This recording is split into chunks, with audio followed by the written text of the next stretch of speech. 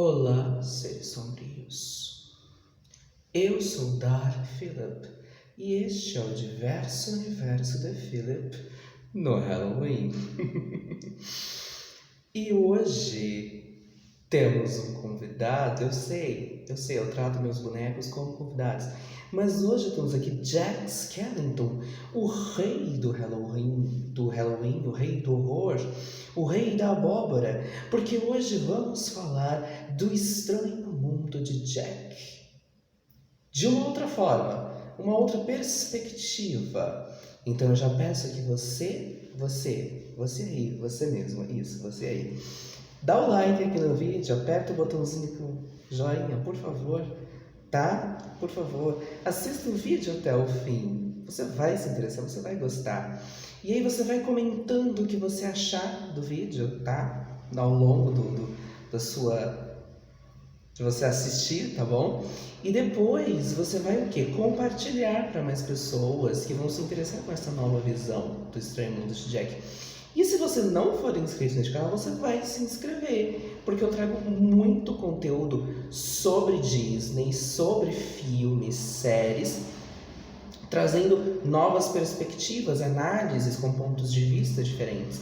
E eu também falo muito aqui nesse canal desculpe, sobre bruxaria, sobre magia, tá? Eu sou bruxa, então eu trago aqui, tirando alguns mitos ou confirmando alguns mitos, enfim, tá? Tem muita coisa legal aqui. Bem, O Estranho Mundo de Jack. Este que é um dos poucos filmes da Disney de Halloween, não é mesmo? Um filme mais macabro, diferente. E isso, na verdade, fez com que a Disney quase não produzisse, não lançasse esse filme. Na verdade, O Estranho Mundo de Jack foi lançado em 1993 pela Touchstone, que era uma parte da Disney, uma distribuidora da Disney, mas a princípio o filme não teve o logo da Disney. Por quê?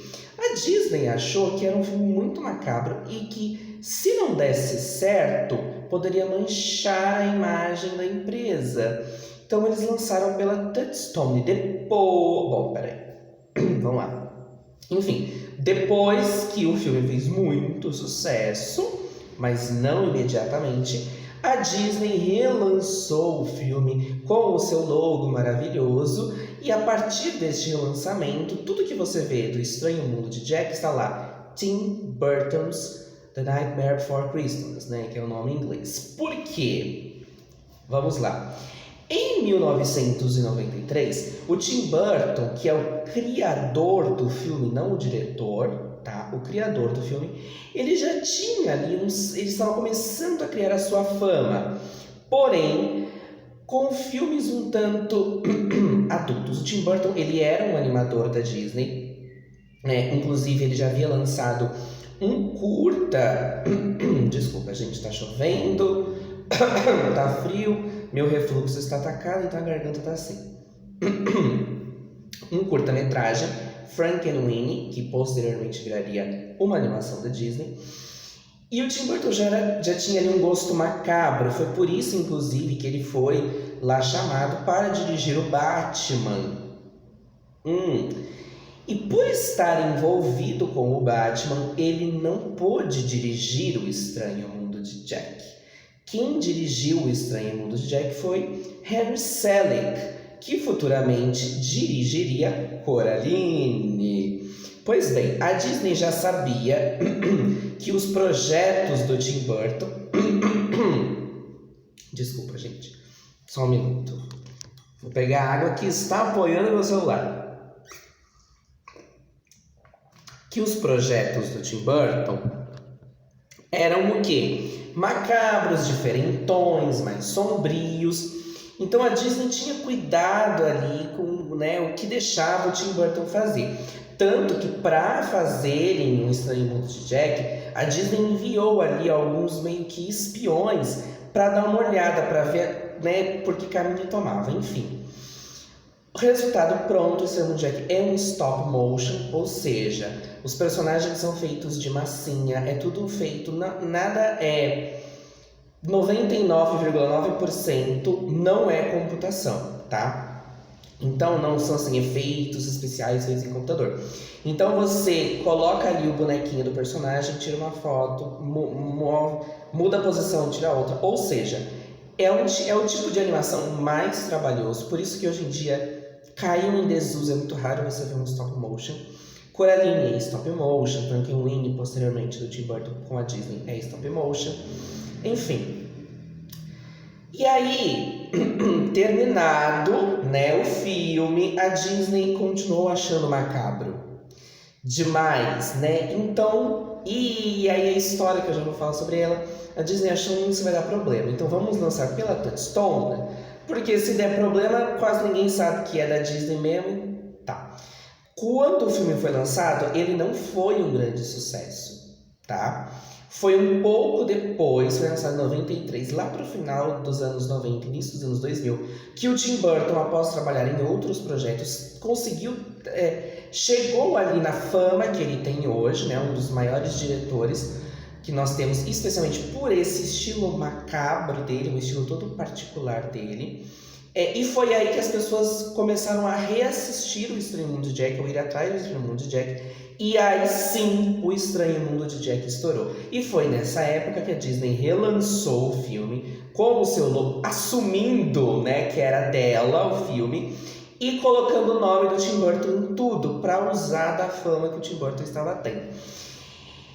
Ali nos anos 2000, né, a partir dos anos 2000, foi quando o Estranho Mundo de Jack começou a ser conhecido. Na minha época de adolescência, ali por volta de 2010, ali, um pouco antes, estava em alta o estilo emo. E os emos foram grandes ali auxiliares para popularizar o Jack, porque não só o Jack, o Tim Burton em si, porque o estilo preto com listra branca, todo assim mais macabro, mais pesado, mais melancólico, mais sóbrio, era o estilo dos emos. Então nós contribuímos para o sucesso do Tim Burton e do Jack. Bom, tendo esse background, tá? Sobre o que fala o Estranho Mundo de Jack, aí eu vou entrar nessa minha análise aqui mais diferente. O Estranho Mundo de Jack conta que existem... O Estranho Mundo de Jack, ele é baseado num poema que o Tim Burton escreveu muito tempo atrás. Ele escreveu, depois ele ilustrou, né? Criou os personagens, e aí esses personagens e essa história se tornou o filme, tá? Por isso que ele é o criador do Estranho Mundo de Jack, além de um dos produtores e roteiristas, enfim. Bom, existe um lugar onde os feriados possuem cidades, né? E na cidade do Halloween, nós temos Jack Skellington, o rei da abóbora, o rei do horror, que é ali o líder de todos. Então, no Halloween, eles saem para assustar as pessoas. Mas nós também temos a cidade do Natal, né? Que é governada, obviamente, pelo Papai Noel. O que acontece é que o Jack estava cansado de a vida sempre ser Halloween, de sempre ser a mesma coisa, e ele acaba descobrindo por acaso a cidade do Natal. Ele se encanta com aquilo, ele tenta explicar para as pessoas do Halloween, da cidade do Halloween, pessoas é um termo que não se encaixa muito nos habitantes de Halloween Town, ali nos habitantes, tá? Só que eles não entendem, porque eles só conhecem o Halloween. Então eles não entendem o que é neve, que Natal é uma festa de compartilhar, de dar presentes, que não tem aquela malícia que o Halloween possui. O Jack, frustrado, ele decide então apresentar o Natal para os seus habitantes, para os seus conterrâneos, de uma forma que eles entendam. Então ele começa a transformar o Natal numa festa também assustadora. E aí o Jack, ele começa a estudar as coisas do Natal para tentar entender o Natal, porque na verdade nem ele entendia como uma festa poderia ser alegre, sem sustos, sem terror, né? E aí ele chega a conclusão nenhuma, só que ele decide ele mesmo fazer o Natal, que os habitantes da cidade de Halloween poderiam fazer o Natal por elas mesmas. Então ele manda sequestrar o Papai Noel, que eles chamam de Papai Cruel no filme, sequestra o Papai Noel, cria lá umas renas, esqueleto, um trenó, faz presentes todos que atacam as crianças e eles assumem o lugar do Papai Noel e vai entregar os presentes para as crianças. Gente, vai ter spoiler, tá? Desculpa não ter avisado antes, mas vai ter spoiler nesse filme porque a análise precisa disso. Bom, é isso, basicamente, a premissa. Por isso que esse filme é considerado um filme de Halloween e de Natal, tá? Porque ele tem as duas coisas. Bom, qual que é a análise que eu fiz? Reassisti milhares de vezes, porque eu adoro esse filme. Mas, assim, eu percebi uma coisa.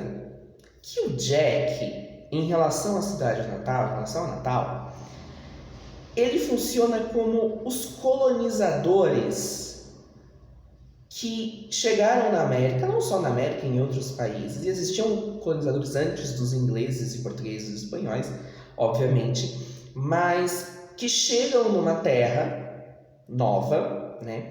Se encantam ali pelas coisas que vêm, coisas que não entendem, e aí eles levam o que eles descobriram, né? Que eles passaram a conhecer, pro povo deles. E aí eles tentam apresentar aquilo, só que ninguém entende nada. É muito interessante, tá me vindo aqui na memória, o filme 1400... Aí esqueci agora o nome completo, mas que conta a história do Cristóvão Colombo. E na Pocahontas também, na animação da Pocahontas, na Disney, tem isso. No Tarzan, que as pessoas ali, né, os conterrâneos desse descobridor, elas não entendem. E como elas não viram o que ele viu, elas entendem ainda menos do que ele. E aí ele tenta explicar, né, essas pessoas tentam explicar da forma delas. E o que acontece? Elas têm a brilhante ideia de que elas poderiam ser melhores. Elas poderiam fazer melhor do que aquele povo que não é civilizado, né? Sem conhecimento.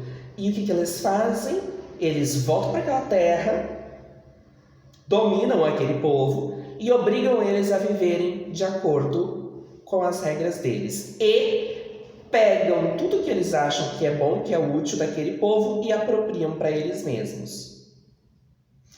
É isso que o Jack faz, né? Ele conhece a cidade de Natal, ele pega algumas coisas, mostra para os conterrâneos dele, ninguém entende nada, nem ele entende. Aí ele explica lá do jeito dele, ele começa a pesquisar, não entende nada, volta para a cidade de Natal, sequestra o Papai Noel e decide fazer o Natal sozinho, porque ele acha que ele pode fazer melhor. Né? E hoje em dia isso ainda existe, porque hoje em dia existe apropriação cultural, né? Que é você pegar elementos de uma cultura que não é sua, usar de qualquer jeito, da forma que você quiser, sem o respeito. Porque, no meu ponto de vista, quando você usa isso com respeito, e eu já vou falar do final do filme, se você reverencia aquela cultura, se você, de certa forma, pede uma licença ou usa dentro dos seus limites, é um pouco menos complexo. Mas é um pensamento meu, tá? Eu acho que o pior problema é a falta de respeito e o uso daquilo sem os devidos créditos, né? Então, o dia que ele assumiu o Natal para si mesmo, mas ele nem sabia o que era, o que fazer. Ele nem pediu permissão, obviamente, nenhum colonizador faz isso. E aí, né, o que eu falei? Isso é a questão do respeito, né? Do respeito e dali de uma certa permissão. Bom, existe uma personagem no filme que é a Sally, que se torna par romântico do Jack, porque desde o começo ela é apaixonada pelo Jack. Ela é uma boneca, tá? Meio ali numa vibe meio monstro de Frankenstein. Um cientista louco lá, o Dr. Finkelstein, cria ela, só que ela é uma boneca, ela é feita de pano, ela é costurada, ela tem forro dentro de folha. E ela, desde o começo do filme, ela tenta fugir, porque o Dr. Finkelstein criou ela para ser ali a parceira dele, né? Só que ela não se apaixonou por ele, pelo contrário, ela queria ser livre e ela se apaixonou pelo Jack. Então o filme inteiro ela tenta fugir da opressão do criador dela, tá? E é interessante que essa personagem, a Sally, que é oprimida, que sofre essa opressão de um dominador desde que ela passou a existir, ela é o único personagem que desde que percebe o que o Jack está querendo fazer, ela sabe que isso não é uma boa ideia, que isso não está certo. Inclusive, ela tem uma visão que a flor se transforma numa árvore já depois pega fogo. Ela percebe que se apropriar do Natal não é certo. E ela tenta impedir o Jack de várias formas. E no final, quando ela percebe que as pessoas aqui da Terra estão atacando o Jack porque ele é um impostor que tomou o lugar de Papai Noel e está distribuindo monstros para as crianças no Natal, e aí as pessoas começam agora são pessoas, porque somos nós humanos, tentam atacá-lo, e a Sally está vendo aquilo com toda a cidade de Halloween. Ela percebe que o Jack está correndo risco de existência, porque ele já está morto, então não é risco de vida, é risco de existência. Ela vai atrás do Papai Noel, ela tenta salvar o Papai Noel, ela tenta de alguma forma remediar o que está acontecendo. Nesse meio tempo, o Jack é atingido, ele cai num cemitério, ele começa a se questionar o porquê daquilo, por que as pessoas não foram gratas com ele. E aí, ele tem ali uma iluminação que, por mais que seja permeada do orgulho, porque o Jack é orgulhoso, Jack, eu te amo, mas você é orgulhoso, ainda assim a gente não pode tirar, não pode dizer que não é uma iluminação, uma tomada de consciência que praticamente nenhum dos povos colonizadores, os dominadores, tiveram ao longo da história, né? E continuam não tendo, né, os dominadores por aí, e aqueles aí que se apropriam de coisas que não são deles. Que é o Jack percebe que ele errou, que ter tirado o Natal do Papai Noel, do Papai Cruel, não foi certo. Que o que ele fez, ele achou que ele iria melhorar o Natal, só que ele percebe que ele destruiu o Natal. E aí ele volta para a cidade do Halloween, consegue salvar a Sally e o Papai Noel, Doug Bug, que seria tipo um bicho-papão, consegue salvar, e aí o Papai Noel consegue voltar e salvar o Natal. E o Jack, ele não exatamente não pede desculpas, ele não tem aquela coisa, né, que a gente chama do ai, foi mal. Mas ele, como eu falei, ele é orgulhoso, mas ele consegue perceber e, de certa forma, remediar o que ele fez. Então, eita, é hoje. Tanto que no final o Papai Noel passa pela cidade do Halloween e faz nevar. E aí a população também não sabe o que é neve. Só que ali começa a ver que é legal a se divertir. E aí a gente tem o outro lado, né? A gente vê o Jack como um dominador, devolvendo o poder, devolvendo a cultura, devolvendo a liberdade para aquele que ele dominou. E aí a gente tem a forma certa de conhecer e de lidar com uma cultura diferente. É o Papai Noel, ou seja, um membro daquela cultura que presenteia o Jack e toda a cidade do Halloween com um elemento da sua cultura. E aí as pessoas podem aproveitar muito melhor do que quando eles se apropriaram. Dessa forma, eles conseguem compartilhar aquele elemento cultural com a cultura de origem, respeitando. E isso é que o Jack, eu acredito que ele aprendeu, né? E que todo mundo ali da cidade de Halloween também aprendeu. No final, ele vai até a Sally e ele percebe que durante todo o tempo, a única pessoa sã, Papai Noel fala isso, que a única pessoa sã naquele hospício de loucos, aquele asilo de loucos, era a Sally. E fala pro Jack ouvi-la da próxima vez. O Jack percebe isso, vai até a Sally e eles terminam juntos, mas ele consegue perceber tudo que ele fez sem descer do salto, né? Porque ele é orgulhoso sem descer do pódio, mas ele percebe sim o que aconteceu ali, o que ele fez de errado, que a Sally era a única certa, e eles conseguem aproveitar o Natal da maneira correta, sem desrespeitar os donos do Natal, né? Ganhando de presente dali, né, de uma pessoa do Natal, ganhando de presente a cultura deles e podendo compartilhar. A gente nunca existiu uma continuação desse filme e o Tim Burton não é interessado em fazer, mas a gente pode especular que depois disso possa ter havido uma amizade entre as duas cidades, do Natal e do Halloween, que eles possam trocar as suas experiências e conhecer melhor um o outro, porque o Papai Noel também não conhecia o Halloween, né? Mas isso por quê? Porque o Jack voltou atrás, conseguiu libertar quem ele havia dominado, e esse dominado apresentou para ele, com todo o respeito merecido, a sua cultura. E isso é o que não aconteceu na história, o que não acontece, não é mesmo? Nós continuamos dominando não só povos, mas grupos também, dominando a mente das pessoas em geral, e nós continuamos nos apropriando daquilo que não é nosso, sem respeito, sem um pedido de permissão, sem uma permissão, sem conhecer aquilo, né?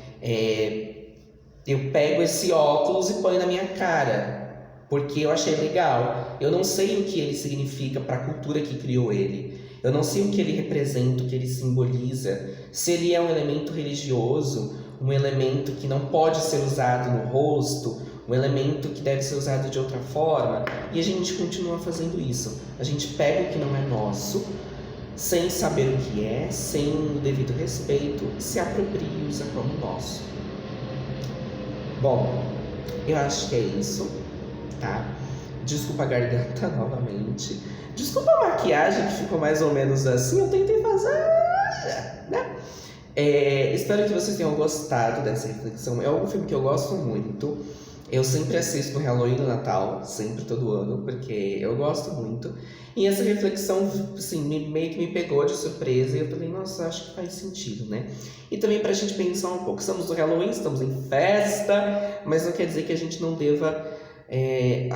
as preocupações sociais ainda existem, né? Elas não somem. Então, vamos usar também esse momento especial de festa para refletir um pouco mais, tá bom?